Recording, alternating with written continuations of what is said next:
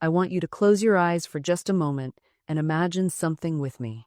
Imagine waking up tomorrow morning and discovering that every single thing you've ever wanted, every dream you've whispered to yourself in the dark, every secret hope you've been too afraid to say out loud, has already been prepared for you. Not someday. Not if you're lucky. Not if you work hard enough or sacrifice enough or prove yourself worthy enough. But right now. Already done.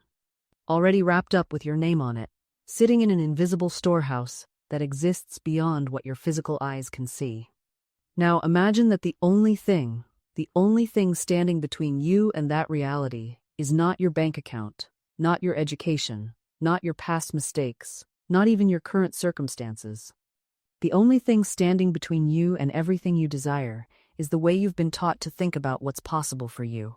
I'm going to tell you something that will sound absolutely insane to the practical mind, something that will make the skeptics roll their eyes and the realists shake their heads. But I've seen it work so many times, in so many lives, including my own, that I can no longer stay quiet about it. What I'm about to share with you isn't just about winning the lottery, though yes, we're going to talk about that. This is about understanding a law, a spiritual law, that's been operating in your life since the moment you took your first breath, whether you knew about it or not. You see, most people go through their entire lives believing they're at the mercy of chance. They buy lottery tickets and cross their fingers. They wish on stars. They pray desperate prayers that sound more like begging than belief. And then when nothing changes, when the big win doesn't come, when life continues to feel like a struggle, they decide that luck is for other people. That abundance is for other people. That magic, real magic, doesn't exist in this cold, hard world. But what if I told you that's backwards? What if I told you that you've been playing the game of life with the rules reversed, and that's precisely why you keep losing? What if the lottery, that jackpot you're dreaming about, is actually just a symbol, a physical manifestation of a much bigger truth about how this universe actually works? My name is Florence, and I've spent my life studying the invisible laws that govern our visible world. I've watched the broken become whole. I've seen the bankrupt become prosperous. I've witnessed the hopeless discover joy so profound it transformed everyone around them. And I'm going to tell you exactly how it happens, and more importantly, how it can happen for you. The first thing you must understand is this: your words are not idle chatter. They are not meaningless sounds that drift away into nothingness. Every word you speak is a decree, a command sent forth into the invisible realm where all things take form before they manifest in your physical reality. I remember a woman who came to me, weeping, clutching her handbag as though it contained her last hope. "Mrs. Shinn," she said, "I'm always sick. I've been sick for years. My body simply refuses to cooperate." And there it was, did you hear it? My sickness. My body refuses. She had claimed it, owned it, made it her intimate companion through the power of her own words. I looked at her and said, "My dear, stop claiming that sickness as yours. You're sending out invitations to illness with every sentence you speak." She looked shocked, as though I'd suggested something radical, but I continued. "From this moment forward, you must speak only of health, vitality, and perfect functioning. Even if your body screams otherwise, your words must paint the picture of what you desire, not what you see," she protested. "Of course, but I am sick. Isn't that just lying?" And here's where so many people stumble. They confuse speaking their truth with speaking truth itself. Your current circumstances are not the truth. They are simply facts. Temporary situations that can and will change when you align your words with divine principle. I taught her to say instead, "I am healthy, whole, and radiantly alive. Every cell in my body functions in perfect harmony." She felt foolish at first, speaking these words while feeling terrible. But she persisted, and within weeks, something shifted. Her doctor was baffled by her sudden improvement. But I wasn't. I'd seen this transformation hundreds of times. You see, the universe doesn't distinguish between what you want and what you don't want. It only responds to what you're claiming through your speech and thought. When you say, "I'm so broke," the universe says, "Yes, you are. Let me arrange circumstances to confirm that for you." When you declare, "I never have enough," divine intelligence takes that as your order and delivers accordingly. This is why I say with such conviction, Your word is your wand. It is the most potent instrument you possess, and most people wield it unconsciously, carelessly, as if they were children playing with matches in a room full of gasoline. I had a student come to me years ago, utterly bewildered by her circumstances. "Florence," she said, "I don't understand why nothing ever works out for me. I try so hard, but I'm always disappointed." Right there. Do you hear it? Nothing ever works out for me. I'm always disappointed. She was speaking her reality into existence with every breath, and then wondering why her life reflected exactly what she declared. I gave her an assignment. For 1 week, she was to become a guardian at the gate of her own mouth. Every time she caught herself speaking lack, limitation, or fear, she was to immediately cancel it with a statement of truth. That's not true. The truth is, everything is working together for my highest good. At first, she thought it was silly, superstitious even, but I told her what I'm telling you now. This is not superstition. This is spiritual law, as reliable as the law of gravity. Test it and see. Within 3 weeks, her entire world had shifted. Not because circumstances magically changed overnight, but because she stopped energizing the pattern of failure and disappointment. She stopped giving it her attention, her emotion, her life force. And when you stop watering weeds, they die. When you start watering seeds of good, they flourish. Now, here's what most people miss: the lag time. There's a gestation period between your word and its manifestation. You don't plant a seed on Monday and expect roses on Tuesday. Yet, in the realm of thought and speech, people give up after a day or two of affirmative statements because they don't see immediate results. The truth is, the invisible world operates on its own timeline, not yours. Your job isn't to micromanage the how or the when. Your job is to remain faithful to the word you've spoken. I've watched people speak their good into existence with such conviction, only to cancel it out 3 days later with doubt-filled conversations. They'll affirm prosperity in the morning, then spend their evening commiserating with friends about how broke they are. Do you see the contradiction? You cannot build and demolish simultaneously and expect to see results. This is where most people stumble. They treat spiritual law like a light switch they can flick on and off at will. But consciousness doesn't work that way. Once you've set a spiritual law into motion through your word, you must maintain the vibration that matches it. Think of it like tuning a radio. You don't tune into your favorite station, hear one song, then twist the dial back to static and wonder why the music stopped. Yet this is precisely what people do with their words. They speak faith, then immediately tune back into the frequency of fear and limitation. I knew a woman who desperately wanted to sell her house. The market was slow, and she'd been trying for months. When she came to me, I asked her what she'd been saying about the house. "Oh," she replied, "I tell everyone it's impossible to sell anything in this market. Everyone's in the same boat." There was your problem right there. Her words were saturated with the consciousness of impossibility. I instructed her to stop discussing the house altogether except to say, "The right buyer is being led to my house now. Divine intelligence is handling this sale." She resisted at first. It felt dishonest somehow, given what her eyes were showing her, but she agreed to the experiment. Within 2 weeks, a buyer appeared, someone who'd driven past the house dozens of times before, but suddenly felt compelled to inquire. The sale went through without a single complication. What changed? Not the market, not the house. Her words changed, and therefore her consciousness changed, and the invisible rearranged itself to match her new mental picture. Now, many of you are thinking, "But Florence, I've been saying affirmations. I've been thinking positively. Why hasn't anything changed?" And I'll tell you exactly why. Because you're saying the words with your mouth, while your heart is screaming something entirely different. The universe doesn't respond to your words. It responds to your conviction. It responds to the feeling tone beneath the words. You can stand in front of a mirror and say, "I am prosperous," 1,000 times. But if underneath you're thinking, "Who am I kidding? Look at my bank account," then you're simply wasting your breath. This is why intellectual understanding alone changes nothing. You can read every metaphysical book ever written, and believe me, many people do and still remain stuck in the same circumstances. Because reading is not embodiment. Knowing is not being. I once worked with a man who could quote scripture backwards and forwards. He knew every spiritual principle there was to know. And yet he was drowning in debt, miserable in his marriage, stuck in work he despised. "Florence," he said to me, "I know the truth. Why isn't it working?" And I said to him, "You know the truth the way you know Paris exists. But you've never been there. You've never walked its streets. You've never breathed its air. Knowing about something and knowing something are two entirely different things. So the real work, is not in accumulating more knowledge. It's in closing the gap between what you say and what you believe.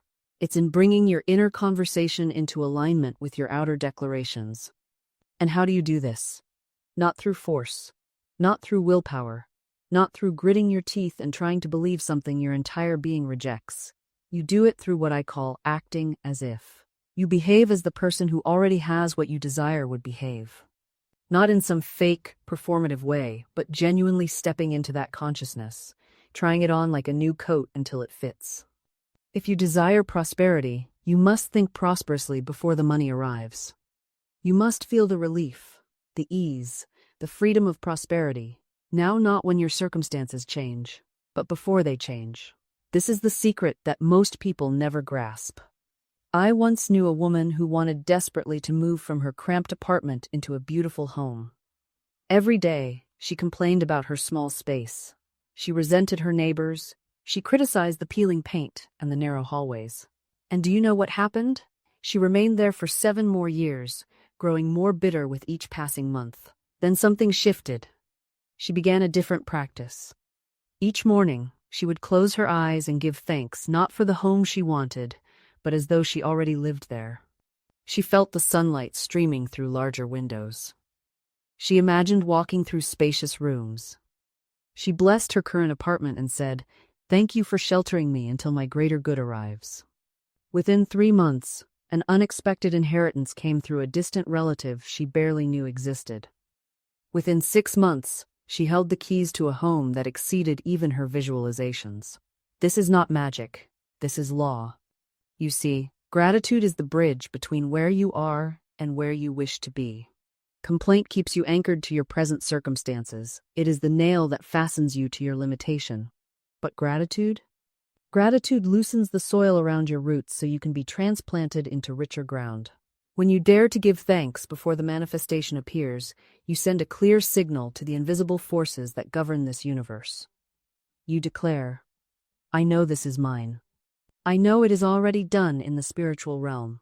I am simply waiting for the physical world to catch up with what has already been established."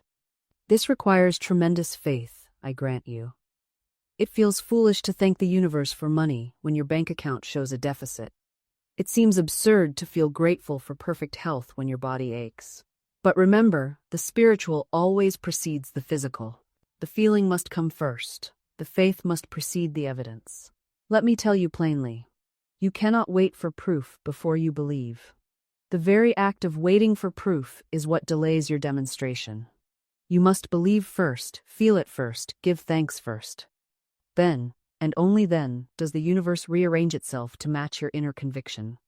This is why I tell my students, act as if, speak as if, feel as if.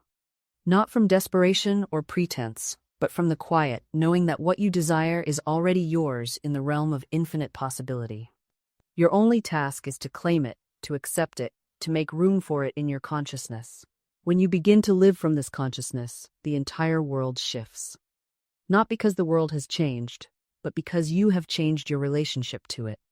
You are no longer a beggar at the table of life, hoping for scraps. You are the invited guest, seated at the banquet, fully aware that everything on the table has been prepared for you. This is where the magic truly begins. I once knew a woman who had lived in poverty for years. Not just financial poverty, but a poverty of spirit. She believed herself unworthy of love, of comfort, of beauty. Her surroundings reflected this belief perfectly. Her home was sparse, cold, joyless. She wore the same drab clothes day after day, not because she lacked the means to buy others, but because somewhere deep within, she had decided she didn't deserve anything better. One day, something within her awakened. Perhaps it was exhaustion with her own suffering.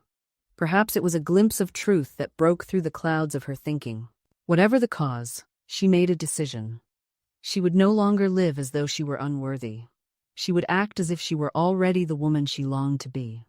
She began small. She bought flowers for her table. Not expensive arrangements, just simple blossoms from the market. But she placed them there as if she were a woman who deserved beauty in her life.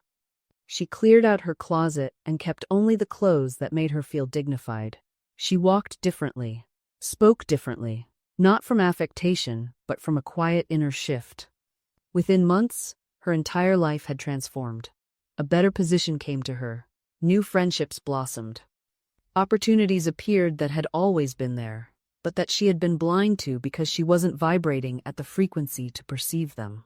The universe had not suddenly decided to favor her. She had simply aligned herself with what was always available. This is the power of assumption. This is the power of living as if. But here is what you must understand. This is not about pretending. It is not about lying to yourself or denying your current circumstances. It is about choosing which reality you will feed with your attention.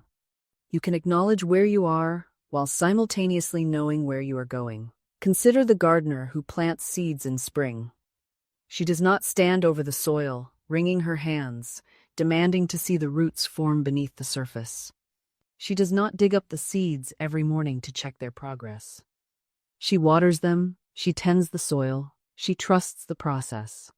And in trusting, she allows the natural law of growth to do its perfect work. You must become like that gardener with your own desires. Plant the seed of your intention clearly in the soil of consciousness. Water it with your faith, tend it with your attention, and then, and this is crucial, stop digging it up with your doubt.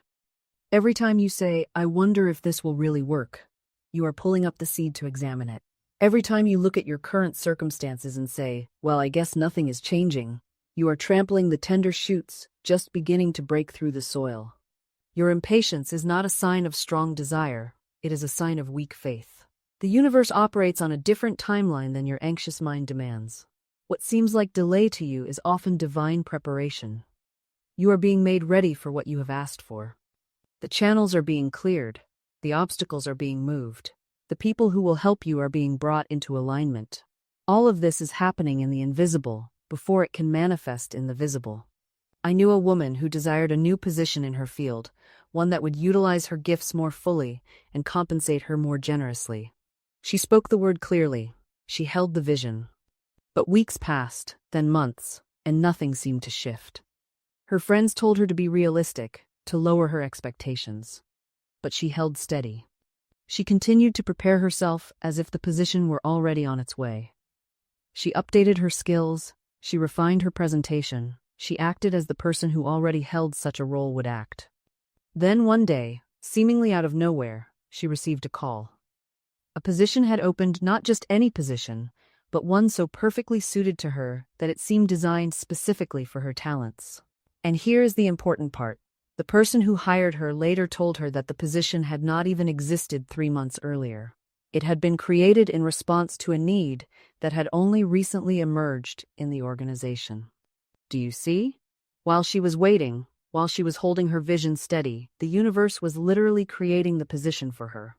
It was forming in the invisible realm, taking shape, gathering the necessary elements. Had she given up in despair after 2 months, she would have abandoned her creation just before its birth. This is the principle of gestation that operates throughout all of nature. You plant a seed in the ground, and you don't dig it up every morning to see if it's growing. You water it, you tend it, you trust the process. The farmer doesn't stand over his field wringing his hands in anxiety. He knows that between the planting and the harvest, there is a season of invisible growth. The roots must establish themselves in darkness before the shoot can break through into light. Your desires, your visions, your spoken words, these too have their season of gestation.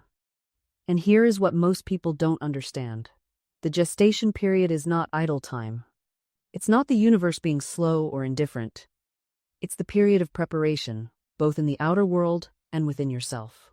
During this waiting period, you are being prepared to receive. If the woman had gotten that position immediately, before she had learned to hold her visions steady in the face of doubt, before she had strengthened her faith muscles through practice, she might not have had the inner capacity to hold it. She might have received it in fear and lost it just as quickly. The universe is always working on 2 fronts simultaneously.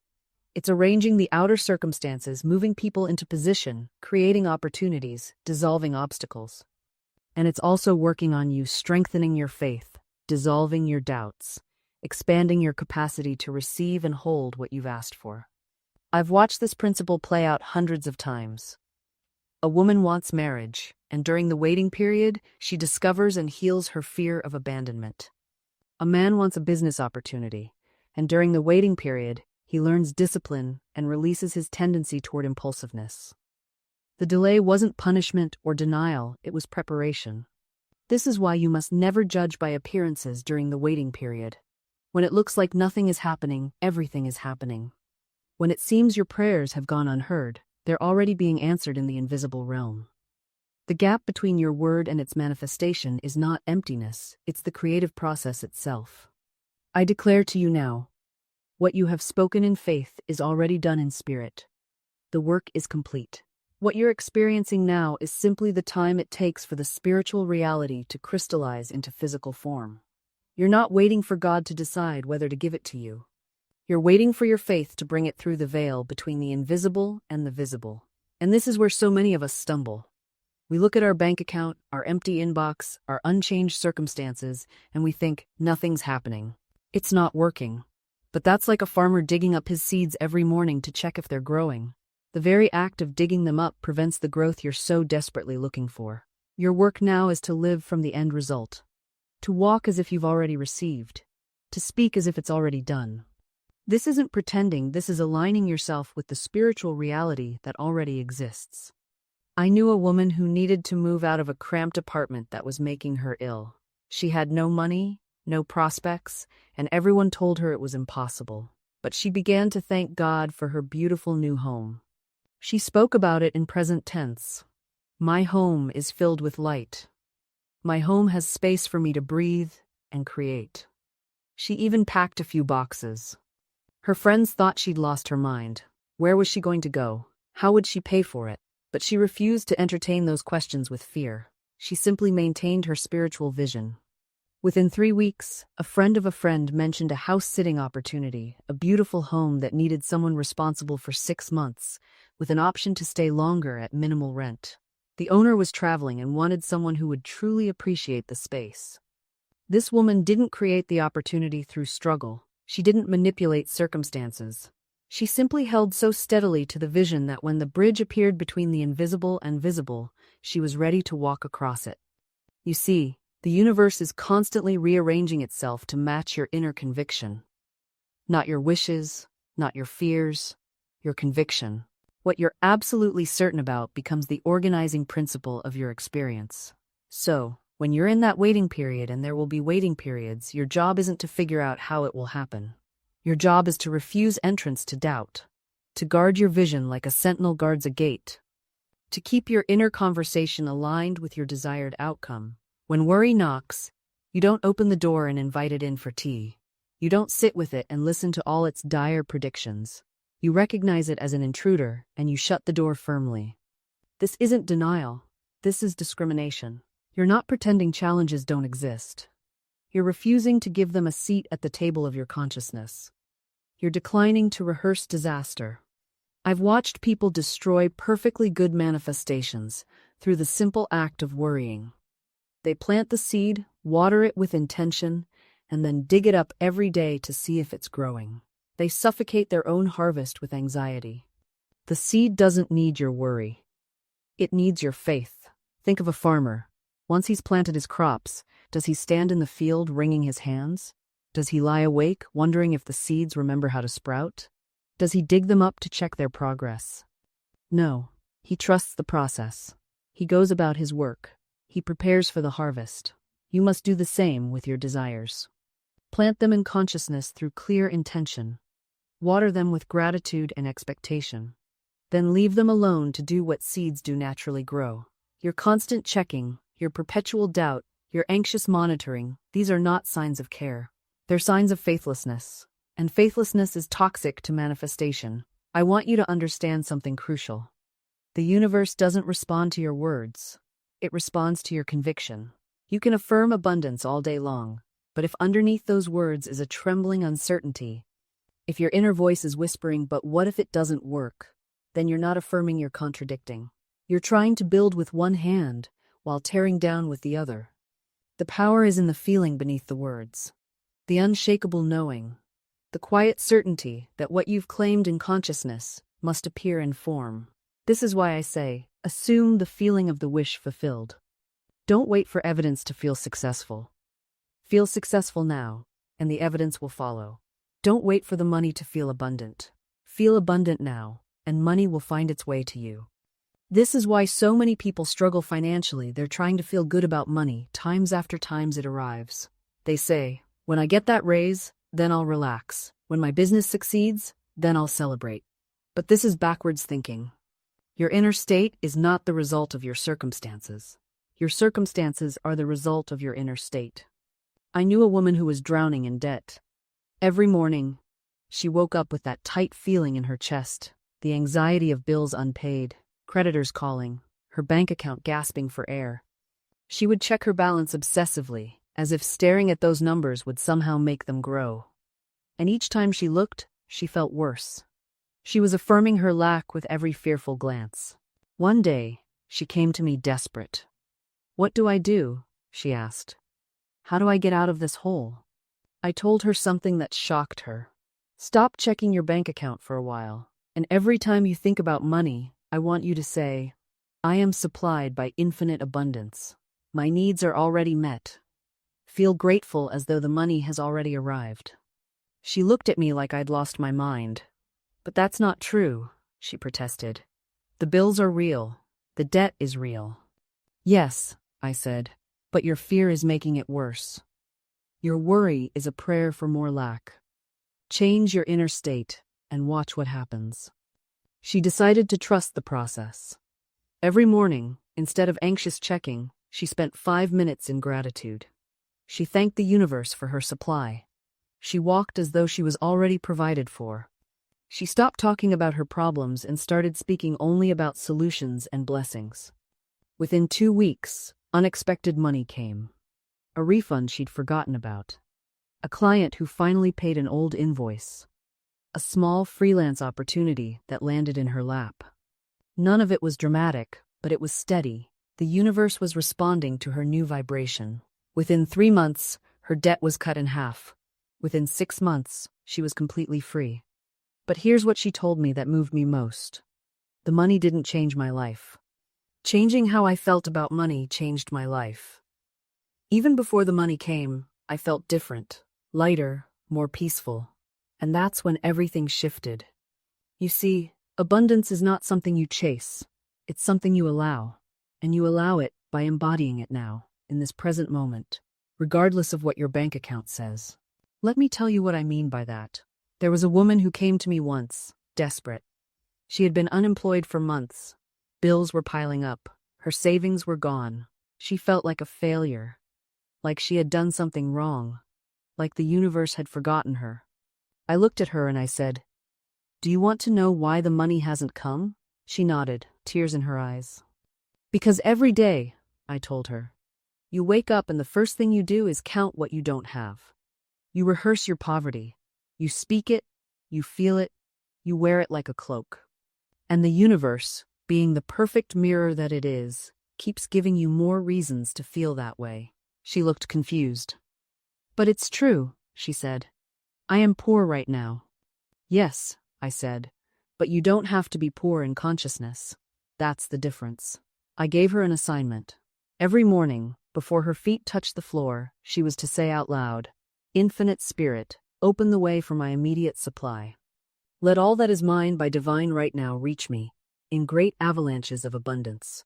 She was skeptical, but she was also desperate, and desperation, sometimes, is the doorway to surrender. She did it, every single morning, and at first, nothing happened. Her bills didn't disappear, no checks arrived in the mail. But something else began to shift. She started to feel different, lighter, more hopeful. She stopped obsessing over every dollar. She stopped the mental torture of replaying her mistakes. And then, within 3 weeks, she got a call.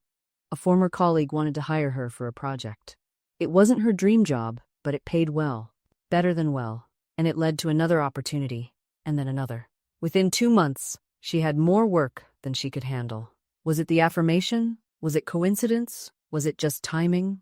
I'll tell you what it was. It was alignment. She stopped blocking her good with fear. She stopped pushing abundance away with her words and her thoughts. She opened the channel.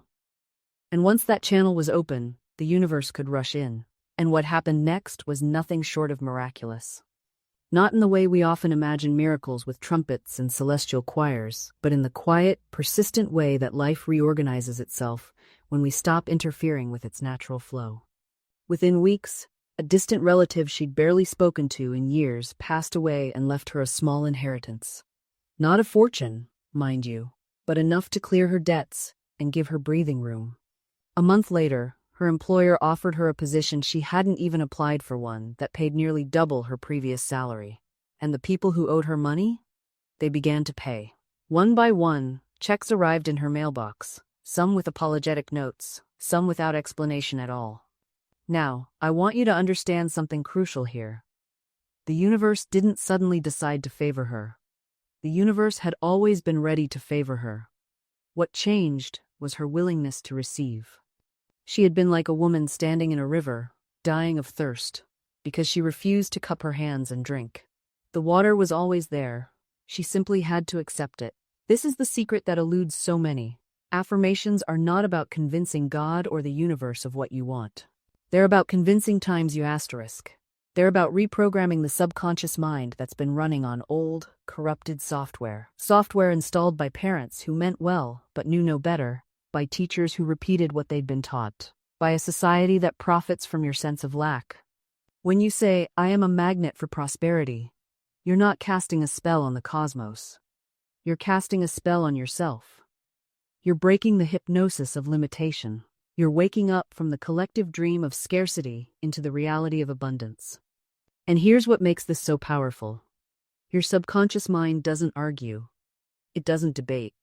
It simply accepts what you repeatedly tell it as truth, and then sets about making that truth manifest in your physical reality. It's like a faithful servant who takes your orders without question. If you constantly tell it you're broke, it will find ways to keep you broke.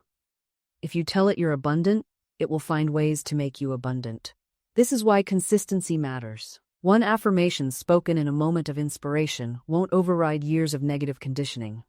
But affirmations spoken daily, with feeling, with conviction, with the emotional intensity of knowing they're already true, these rewire your mental circuitry.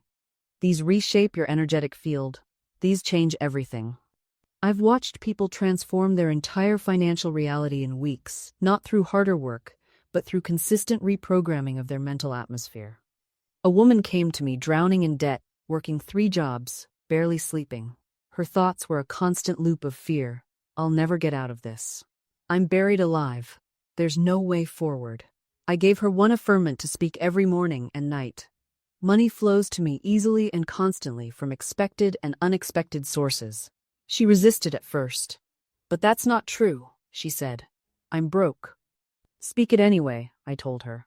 Speak it until your subconscious believes it more than your bank account denies it. Within 2 weeks, an old friend called offering her a position that paid more than all 3 jobs combined. Within a month, she received an unexpected tax refund she'd forgotten about. Within 3 months, the debt that had suffocated her for years was manageable, then nearly gone. Magic? No. Mental law. She stopped broadcasting the frequency of lack. She stopped magnetizing more debt with debt consciousness. She began vibrating at the frequency of abundance. And abundance answered. Your words are not meaningless sounds. They are creative forces. They are broadcasting stations. They are magnetic fields, pulling experiences toward you or pushing them away. When you say, "I always get sick this time of year," you're placing an order with the universe. You're programming your body. You're activating the law that says, "As within, so without."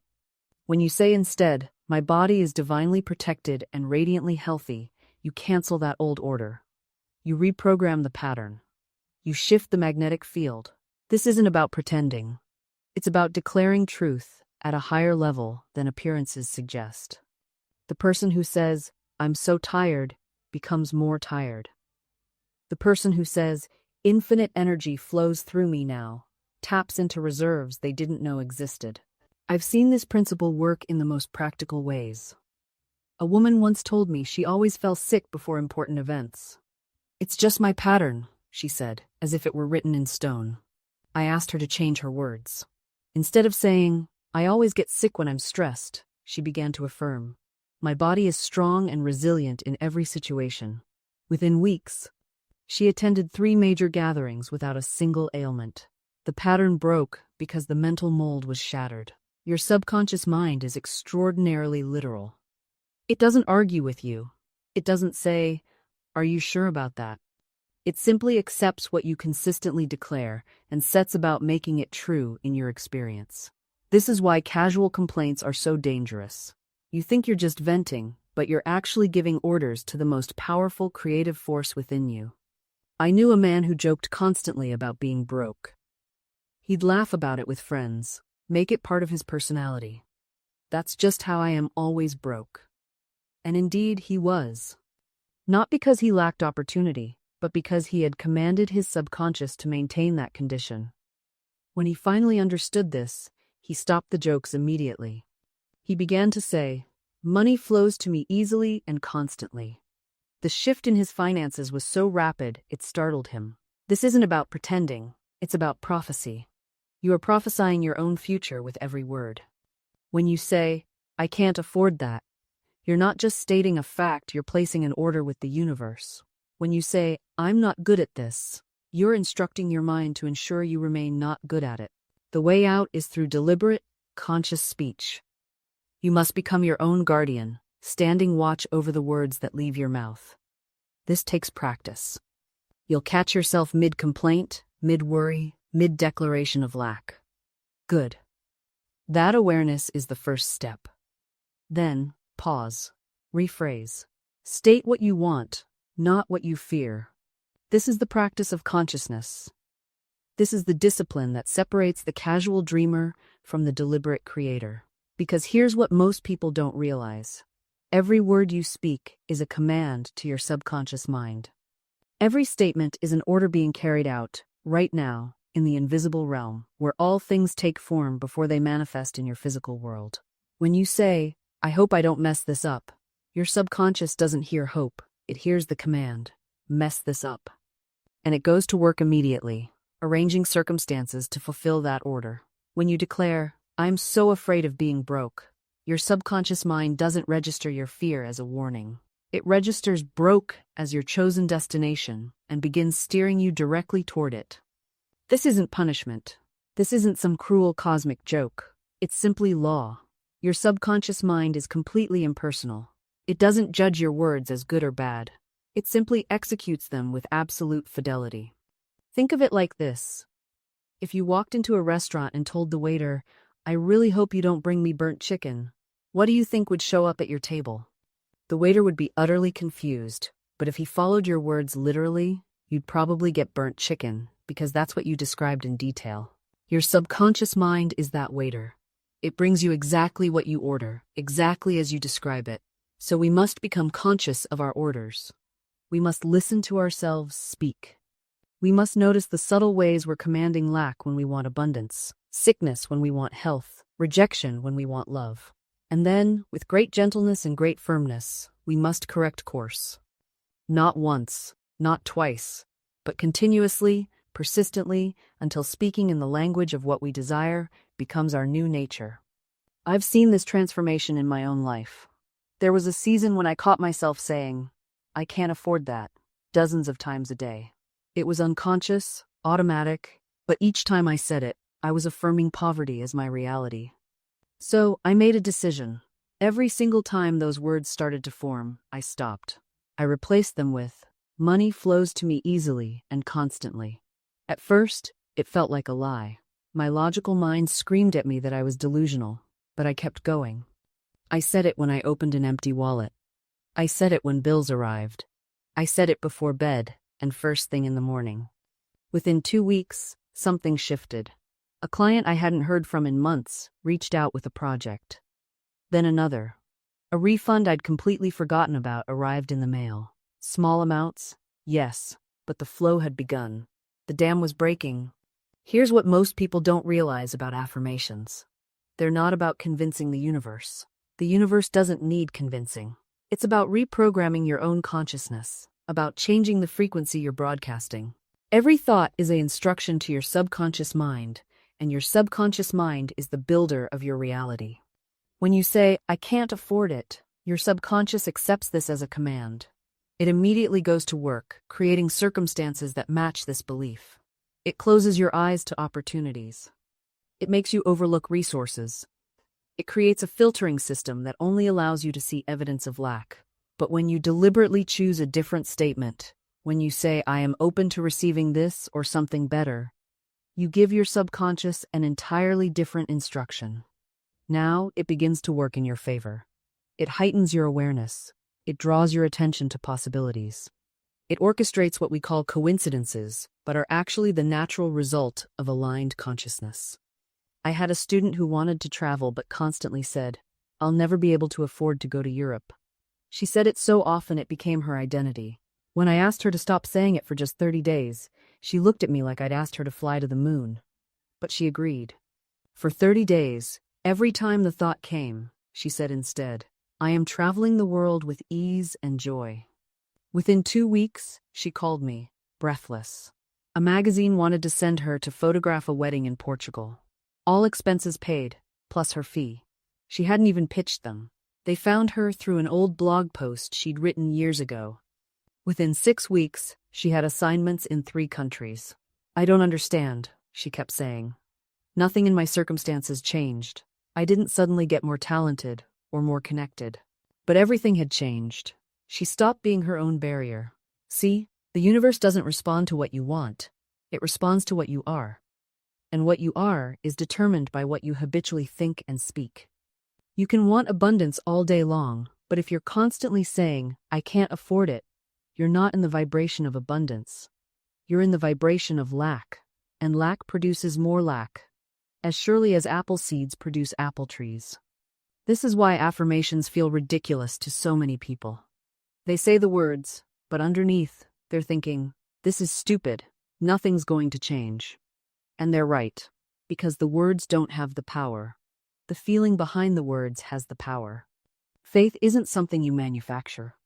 Faith is something you uncover by removing the layers of fear and doubt that cover it. And how do you remove those layers? By becoming aware of them. By catching yourself in the act of creation. Every single time you say something limiting, you're creating. Every single time you repeat a fearful thought, you're creating. Every single time you tell the story of your wounds, your failures, your bad luck, you're creating more of the same. Not because you're being punished, but because that's how the law works. The moment you become conscious of your words, you become conscious of your power.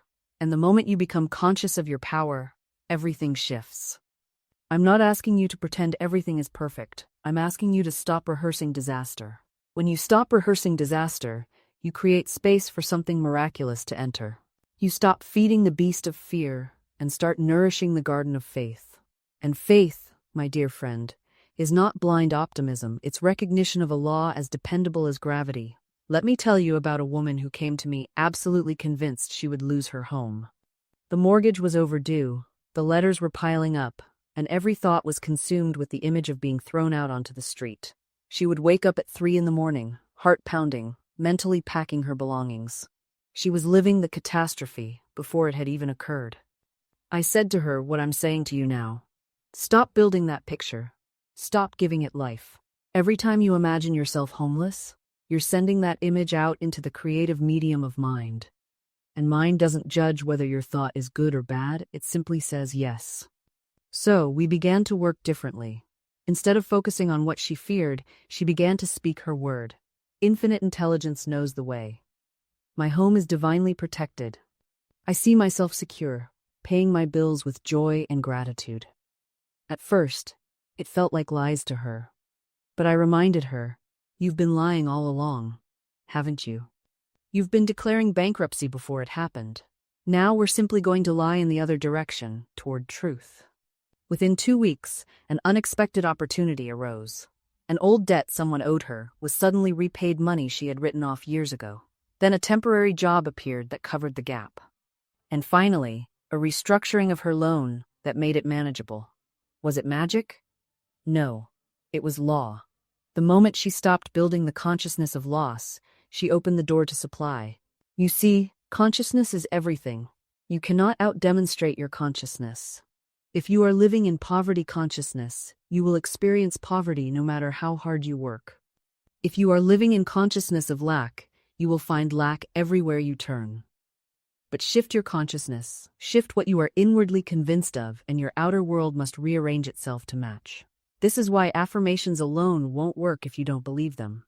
You can stand in front of a mirror all day saying, "I am prosperous," while secretly thinking, "This is ridiculous, I'm broke." The universe responds to what you truly believe, not what you say. I learned this the hard way when I was working with a woman who desperately wanted to heal a relationship with her estranged daughter. She came to me with all the right words she'd memorized, affirmations. She'd written letters she never sent. She'd done everything the books told her to do.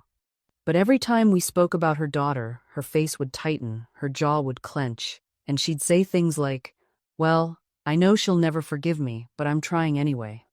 Do you see what was happening? Her words said one thing, but her consciousness, her deep inner conviction said something else entirely. And the universe isn't listening to your words. It's reading your frequency. So I told her, stop the affirmations. Stop trying to fix it from the outside. Go within and heal the belief first. You must become inwardly convinced that reconciliation is not only possible, but natural, inevitable, already done in the spiritual realm. It took months. She had to forgive herself first. She had to release the guilt she'd been carrying like a stone around her neck. But when she finally shifted, when her consciousness changed from "she'll never forgive me" to "love always finds a way," within 3 weeks, her daughter called. 3 weeks. After 5 years of silence. That's the power of consciousness. When you change within, the without has no choice but to follow. Now, here's where people get tripped up. They think changing consciousness means thinking positive thoughts. It doesn't. Positive thinking is lovely, but it's surface level. Consciousness is deeper. Consciousness is the soil in which your thoughts grow. You can plant all the positive affirmations you want, but if the soil of your consciousness is toxic with doubt, fear, and unworthiness, nothing will take root. Changing consciousness means changing your sense of identity. It means shifting from "I am someone who struggles" to "I am someone through whom good flows effortlessly." It means moving from "life is hard" to "life is for me." These aren't just thoughts you think, they're truths you embody. And here's the beautiful part. You don't have to figure out how the change will happen. That's not your job. Your job is to hold the consciousness, to maintain the inner conviction, and let the invisible intelligence handle the details. Let me tell you what happens when you truly grasp this principle. Your whole energy shifts. You stop the exhausting mental work of trying to manipulate circumstances. You stop the anxious planning of every possible scenario. You stop trying to force people to behave the way you want them to. Instead, you rest in a deeper knowing. I once knew a woman who was absolutely convinced her business partner was trying to ruin her. She spent hours recounting his betrayals, gathering evidence, building her case. She was consumed by it. Every conversation came back to what he had done, what he was doing, what he would probably do next. I said to her, "You are giving this situation tremendous power. Every time you rehearse this story, you're setting the stage for more of the same drama." She looked at me like I'd suggested she ignore a tiger in her living room. But I continued, "What if you withdrew all your mental energy from this battle? What if you affirmed, 'There is no loss in divine mind. My good cannot be taken from me. I am under divine protection, and the right outcome now manifests.'" She was skeptical, but she was also exhausted. She agreed to try. The shift didn't happen overnight. For weeks, every time she caught herself spinning the familiar story, she would stop. She would breathe. She would repeat her affirmation. She deliberately redirected her mental energy. And here's what happened. The situation resolved itself in a way she never could have orchestrated. Her business partner left the company of his own accord, not because she forced him out, not because she gathered enough evidence against him, but because an opportunity arose elsewhere that was perfect for him. He left peacefully, even gratefully. She told me later, "I don't know what would have happened if I'd kept fighting. We probably would have destroyed the entire business in our battle. But when I let go and trusted, the divine intelligence found a solution that blessed us both. You see, the universe is infinitely more creative than your conscious mind.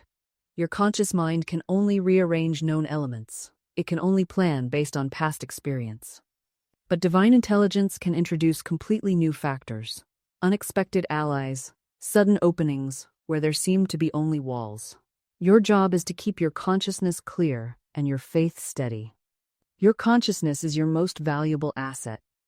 It's the fertile ground where either weeds or flowers will grow, depending on what seeds you allow to be planted there. Every thought is a seed. Every word you speak waters those seeds. Every emotion you feel provides the sunshine or the storm. When you find yourself in a situation that seems unchangeable, the first place to look is not at the circumstances themselves, but at your habitual thoughts about them. What story have you been telling yourself? What limitations have you accepted as permanent? What beliefs have you inherited from others without questioning whether they serve your highest good? I knew a woman who had struggled with financial lack for years. She worked hard, she was skilled, but money seemed to slip through her fingers like water. When we talked, she kept saying, "I'm just not good with money. I never have been. My whole family has always been poor." Do you see what she was doing? She was affirming her limitation with every breath. She was claiming poverty as her identity. I asked her to stop for a moment and consider, was this truth? Or was this simply a story she'd been told so many times that she'd accepted it as truth? There's a vast difference between the two. Truth is eternal, unchanging, divine. A story is just something we've repeated until it feels real. She began to change her words. Instead of "I'm not good with money," she started saying, "Divine intelligence now governs my financial affairs. Money flows to me freely and joyfully. I am a perfect channel for God's abundance." At first, the words felt hollow to her. Her rational mind rebelled against them, but she persisted. Within 3 months, she received an unexpected inheritance from a distant relative she barely knew. Within 6 months, she'd been offered a position that doubled her income. Within a year, her entire financial situation had transformed. Not because the universe suddenly decided to favor her, but because she had changed the consciousness that was creating her reality. The fascinating thing about consciousness work is that it operates according to precise spiritual laws, as exact as mathematical equations. You cannot hold a consciousness of lack and receive abundance any more than you can plant apple seeds and harvest oranges. The harvest must correspond to the seed planted in consciousness. I once counseled a woman who came to me in absolute despair about her romantic life. She'd been single for 7 years and had convinced herself she was fundamentally unlovable. "No one ever chooses me," she said, her voice thick with resignation. "I'm always the friend, never the partner." As we talked, I began to see the invisible cage she'd constructed around herself. Every word she spoke reinforced her isolation. She told stories of rejection as though they were her identity rather than temporary experiences. She spoke of her single status as a life sentence rather than a current circumstance. "You're treating your singleness like a chronic illness," I told her. "And the universe cannot deliver a partner to someone who vibrates with the energy of unwantedness. Your consciousness is a closed door with a sign that says, 'I am not chosen.' And then you wonder why love doesn't enter." She looked startled, almost offended. But something in her recognized the truth. We began the work of dismantling her victim consciousness and building something entirely new. Not positive thinking painted over negativity, but genuine transformation of her foundational beliefs about herself and love. I had her write a list of every quality she possessed that made her an excellent partner. At first, she struggled. Years of rejection had trained her to focus exclusively on her perceived deficiencies. But slowly, with encouragement, she began to see herself differently. Loyal, thoughtful, great sense of humor, financially stable, genuinely interested in others. Then we crafted her affirmation. "I am chosen. Love seeks me out because I am inherently worthy of devotion." Simple, but targeted precisely at her core wound. She resisted at first. "But I don't feel chosen," she protested. "Doesn't that make it a lie?" "You're already lying," I said gently. "You're telling yourself you're unlovable, which is completely false. You're simply choosing which story to feed your consciousness. She looked at me with something like relief in her eyes. So I'm not being fake? No, I assured her. You're being truthful to the highest version of yourself. There's a profound difference between denial and affirmation. Denial says, I'm not sick, while coughing up blood. Affirmation says, I am claiming perfect health while taking inspired action toward healing. Within 3 weeks, she called me. A man she'd known casually for years had suddenly seen her differently. They were engaged 6 months later. Now, here's where people get tripped up with affirmations. They treat them like magical incantations, expecting instant results without any internal shift. They stand in front of the mirror saying, I am confident, while their entire body language screams insecurity. That's not affirmation, that's wishful thinking with words attached. True affirmation rewrites the subconscious script. Your subconscious mind is like a faithful servant. It believes everything you tell it with feeling and repetition. If you've spent 20 years telling it you're not good enough, it has built an entire infrastructure around that belief. Every thought pattern, every automatic response, every filter through which you see the world, all constructed to support that single idea. An affirmation isn't meant to argue with that infrastructure.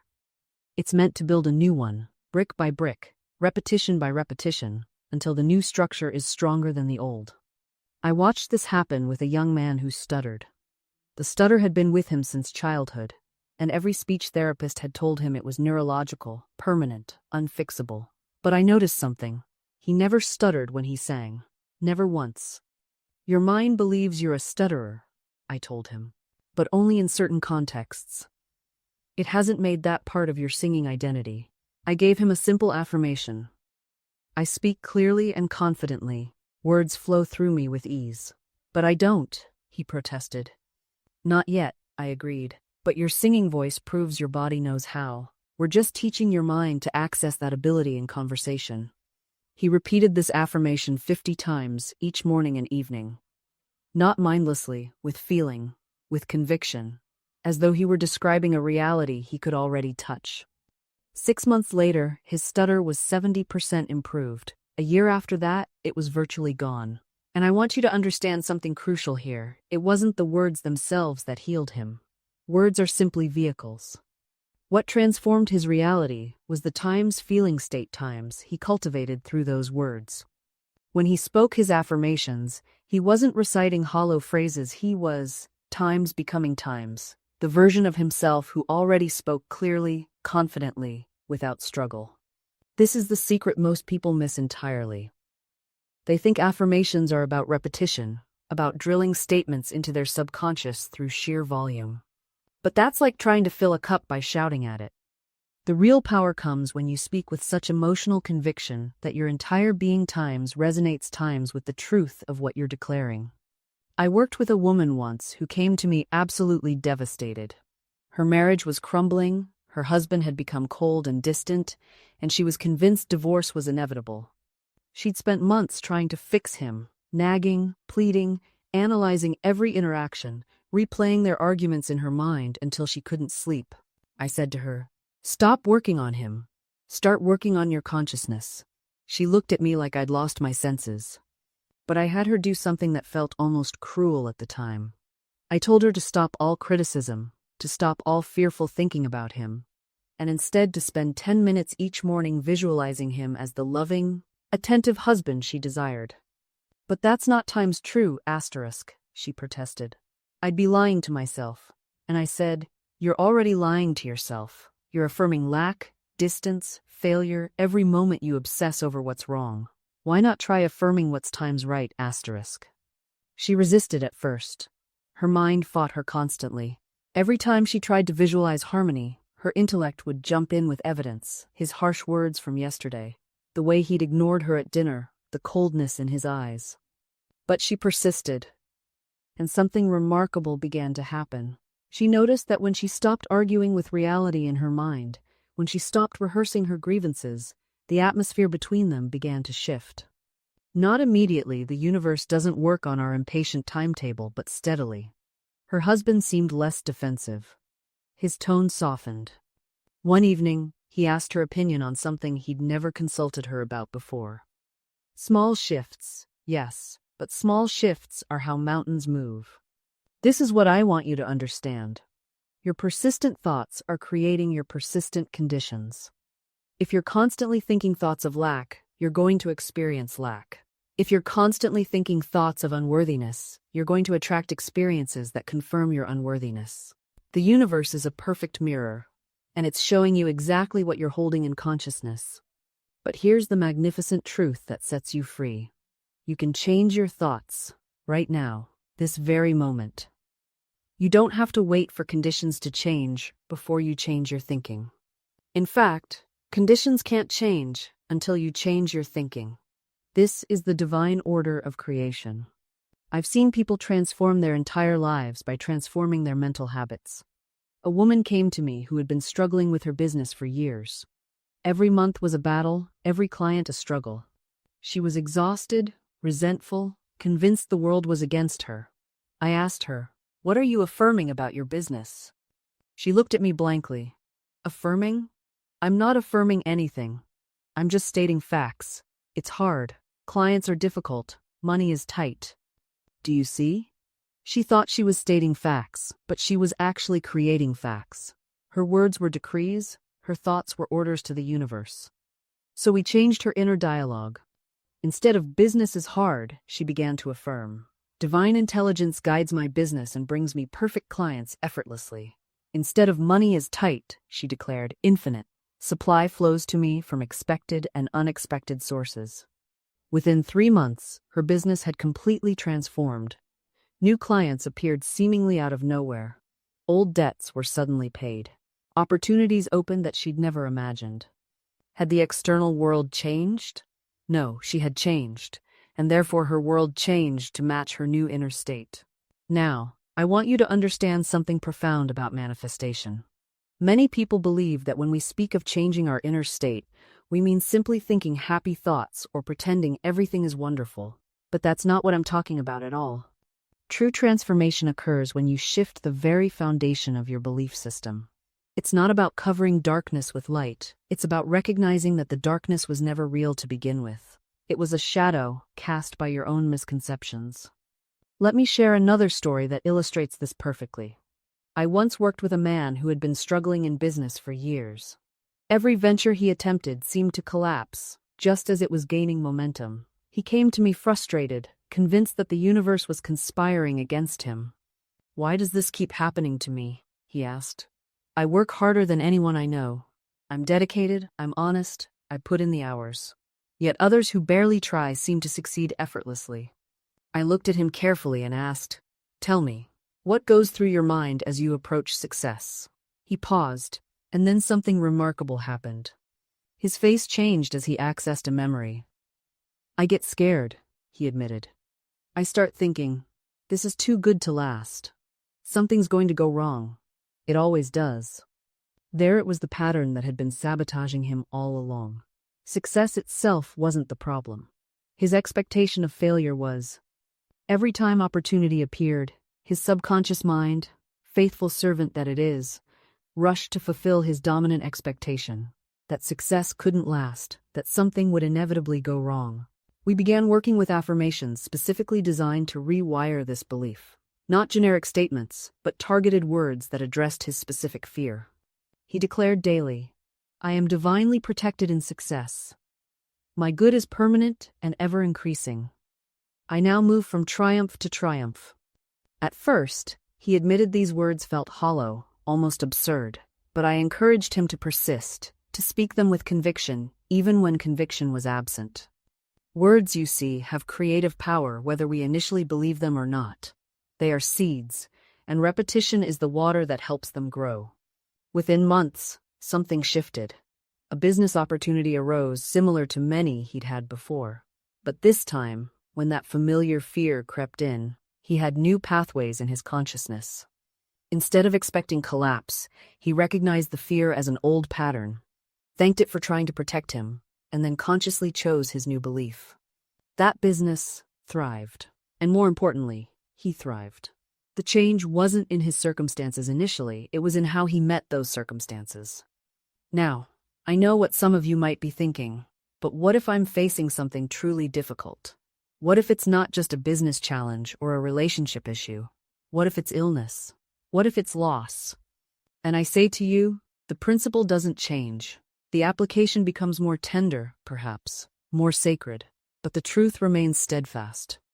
I've worked with people who were told they had incurable conditions, and I've witnessed with my own eyes how the shift in consciousness became the turning point. Not through denial, never through denial, but through a deep, profound recognition that they were not their condition. They were not their diagnosis. They were spirit expressing in human form, and spirit knows no limitation. One woman comes to mind. She'd been given a dire prognosis. The doctors had done all they could, and she came to me not asking to be healed, interestingly enough. She came asking how to die peacefully. But as we talked, I asked her a simple question. What are you really afraid of? And she said, I'm afraid I haven't lived. I'm afraid I've wasted my life, pleasing others, and never discovering who I truly am. There it was. The real enemy wasn't the disease in her body, it was the disease of self-abandonment in her soul. So we began working not on healing her body, but on healing her relationship with herself. We spoke affirmations of self-love, self-worth, self-expression. We released resentments she'd carried for decades. We reclaimed parts of her that she'd given away. And something extraordinary happened. Her body began to respond. The symptoms that had been aggressive began to stabilize, then improve. But more than that, she began to live. She took up painting, something she'd always wanted to do. She spoke her truth to family members. She laughed more in those months than she had in years. Did she have a miraculous recovery? She lived 18 months beyond what anyone expected, and every single one of those months was filled with more life, more joy, more authenticity than the decades before. And when she did pass, it was peacefully, surrounded by her own artwork, having finally met herself. That's the power we're discussing here. It's not always about changing the external outcome to what our human mind thinks it should be. Sometimes it's about transforming our experience so completely that we meet whatever comes with grace, with presence, with love. I've seen this transformation happen in the most unexpected places. A woman once told me she'd lost her business, her home, and her marriage, all within one devastating year. She said she sat in her sister's spare bedroom one night and spoke these words aloud. I don't know why this is happening, but I trust there's something greater being revealed here. I open myself to receive the blessing hidden in this loss. She didn't say those words with certainty. She said them through tears, with a trembling voice. But she said them, and something shifted. Within months, she discovered a talent for helping other women rebuild after financial setbacks. The business she eventually created served thousands. She told me later, I would never have wished for that pain, but I also can't imagine who I'd be without having walked through it. The woman I am now, the one who can sit with someone in their darkest hour and truly understand she was born from those ashes. This is what surrender truly looks like. Not passive resignation, but active trust. Not giving up, but opening up. Not saying I don't care what happens, but saying I trust what happens, even when I don't understand it. And here's something beautiful I've discovered. When you practice this kind of surrender in small moments, it becomes available to you in large ones. When you practice trusting the process when you miss your train, it's there for you when you face truly difficult circumstances. When you practice seeing setbacks as setups and minor inconveniences, that same vision is there when life presents you with genuine hardship. This is spiritual muscle. You build it through practice, through repetition, through choosing trust over fear again and again in everyday moments. So start today. Start now. With whatever's in front of you that isn't going according to plan. With whatever disappointment, delay, or detour you're currently experiencing. Instead of fighting it, ask it, what are you here to teach me? What are you trying to show me? What door are you opening that I haven't noticed yet? And then this is crucial, be still enough to receive the answer. Because here's what most people miss. The answer rarely comes in the form you expect. You ask the universe a question, and you're waiting for a thunderbolt, a burning bush, a clear voice from the heavens. But the universe speaks in whispers. It speaks through coincidences that aren't coincidences at all, through a book that falls off the shelf at just the right moment, through a stranger's casual comment that lands in your heart like an arrow, through a dream you can't quite shake when you wake up. The universe is always answering. But are you listening? Or are you too busy telling your story of lack, limitation, and impossibility over and over again? I remember a woman who came to me, drowning in debt. She said, "I affirm prosperity every single day, but nothing changes." So I asked her to tell me about her day. And do you know what I discovered? Every morning, she affirmed abundance. And then she spent the rest of her day complaining about prices, worrying about bills, telling everyone who would listen how broke she was. She was planting seeds in the morning and pouring poison on them all afternoon. Your word is your wand, yes. But you can't wave it once and then spend the rest of your time contradicting yourself. The universe doesn't respond to your occasional optimism. It responds to your consistent vibration. So watch your words, not just in your formal affirmations, but in your casual conversation. When someone asks how you are, what do you say? When you talk about your finances, your health, your relationships, what story are you telling? Because that story, that's your prophecy. And you are a prophet, whether you realize it or not. Every word you speak is creating your tomorrow. This is why I tell people, be impeccable with your word. Don't say, "I can't afford it," when you mean, "I'm choosing to spend my money elsewhere." Don't say, "I'm terrible at this," when you mean, "I'm still learning." Don't say, "Nothing ever works out for me," when you mean, "This particular thing didn't work out the way I planned." Words are not neutral. They are charged with creative power. And the universe is listening to every single one. So, here's my challenge to you. Starting right now, today, become a guardian of your own words. Not in a way that makes you paranoid or afraid to speak, but in a way that makes you intentional, conscious. Awake to the power you're wielding with every sentence. I want you to catch yourself. When that automatic negative phrase starts to roll off your tongue, pause, just for a second. Feel the weight of what you're about to declare into existence. Then choose differently. Instead of, "I'm so stressed," try, "I'm working through a busy season." Instead of, "This is impossible," try, "This is challenging, and I'm figuring it out." Instead of, "I always mess things up," try, "I made a mistake, and I'm learning from it." Do you feel the difference? It's not about toxic positivity or denying reality. It's about refusing to give your difficulties more power than they deserve.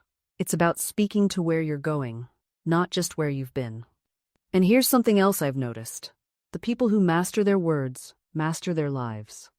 The ones who speak with intention, who refuse to casually curse their own journey, who treat language like the sacred creative tool it is.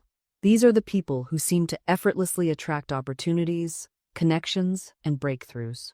It's not magic, it's alignment. When your words match your desires, when your speech reflects the reality you're building rather than the one you're leaving behind, you create a coherent signal that the universe can work with.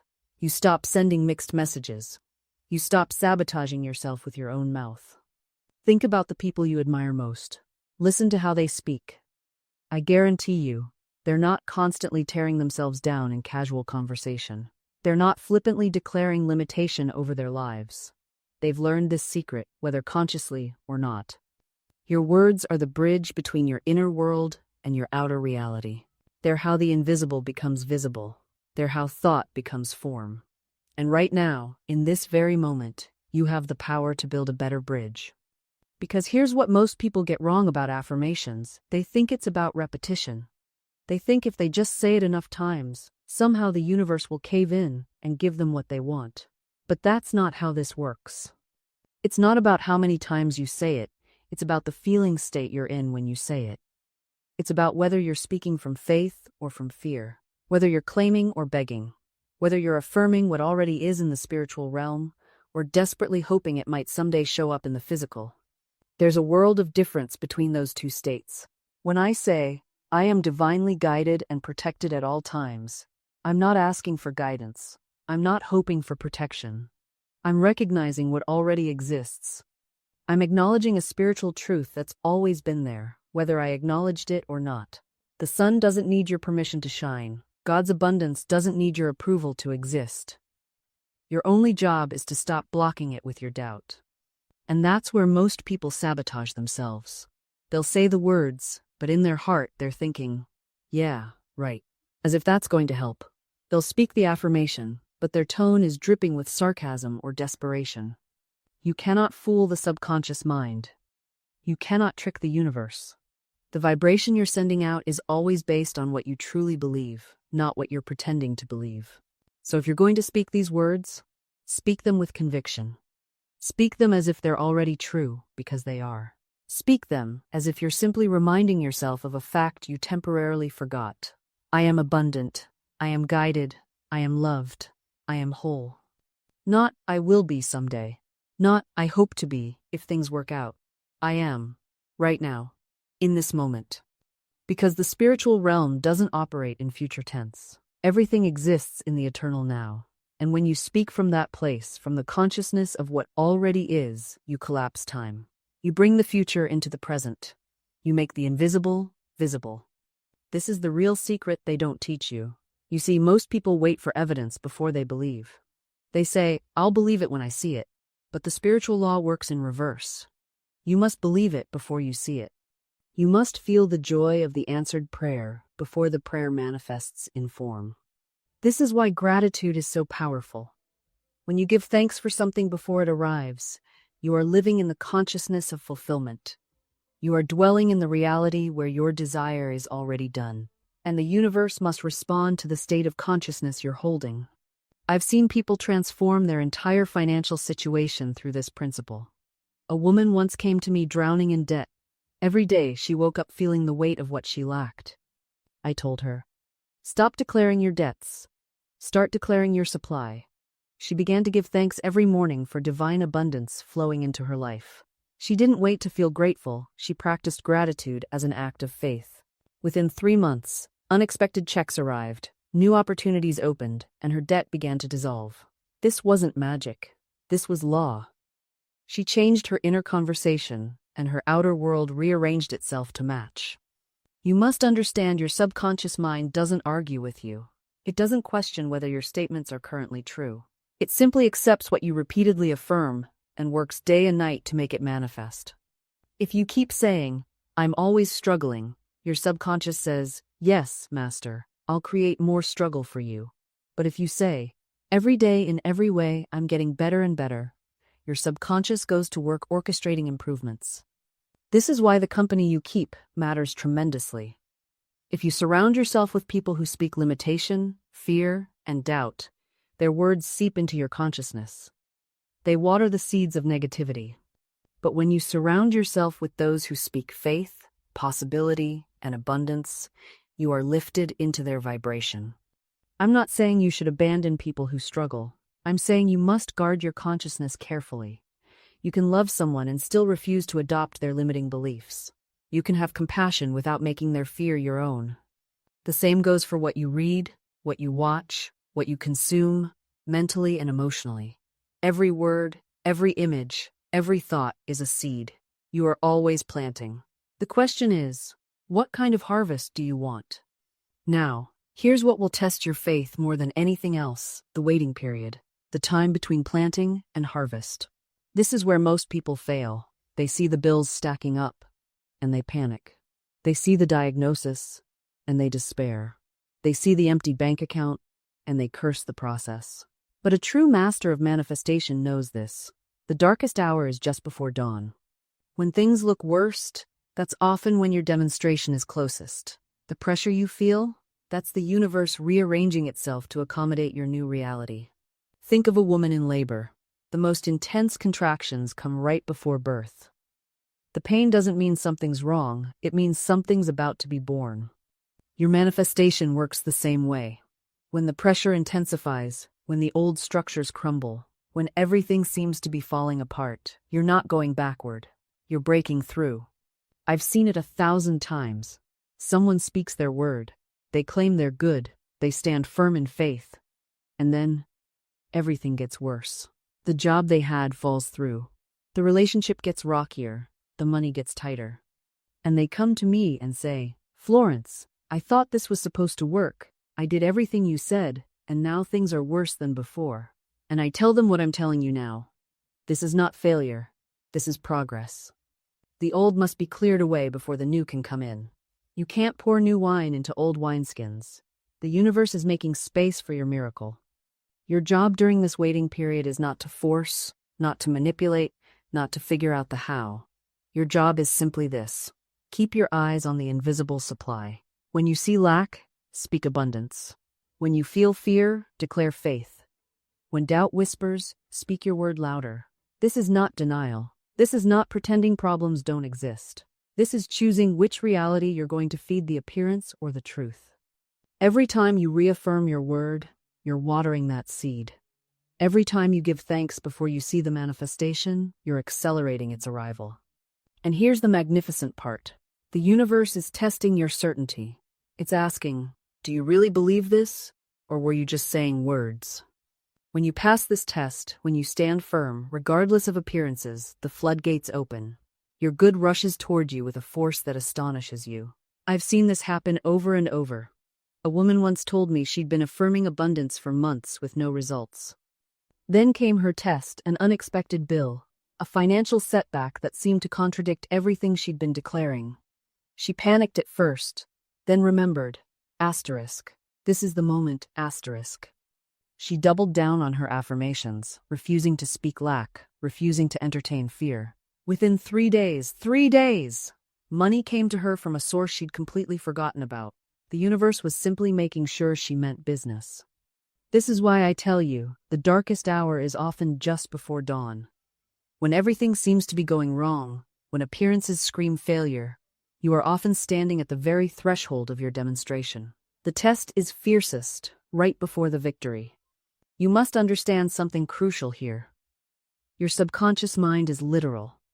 It has been receiving your words, yes, but it's also been watching your reactions. When you say, I am prosperous, but then panic over a bill, your subconscious receives mixed messages. It doesn't know which instruction to follow. But when you say, I am prosperous, and then remain calm in the face of apparent lack, your subconscious says, she's serious. She really sees herself as prosperous, regardless of what's happening right now. Let me rearrange everything to match that image. This is the power of persistence in faith. Not blind stubbornness, but intelligent persistence, knowing that your word is law in your universe and nothing can prevent its fulfillment except your own doubt. So when your test comes, and it will come, recognize it for what it is. It's not punishment. It's not proof that your methods don't work. It's the universe asking, how serious are you? It's your moment to prove to yourself that you really do believe what you've been saying. Stand firm, keep speaking your truth, refuse to be moved by appearances, and watch what happens. The universe doesn't respond to your worry. It responds to your word. When you stand in front of the mirror of life, declaring lack, affirming limitation, speaking poverty, that's exactly what gets reflected back to you. But the moment you change your word, the reflection must change. It has no choice. It's law. I've watched people transform their entire existence simply by transforming their vocabulary. They stopped saying, I can't afford it, and started saying, I'm open to abundance flowing to me now.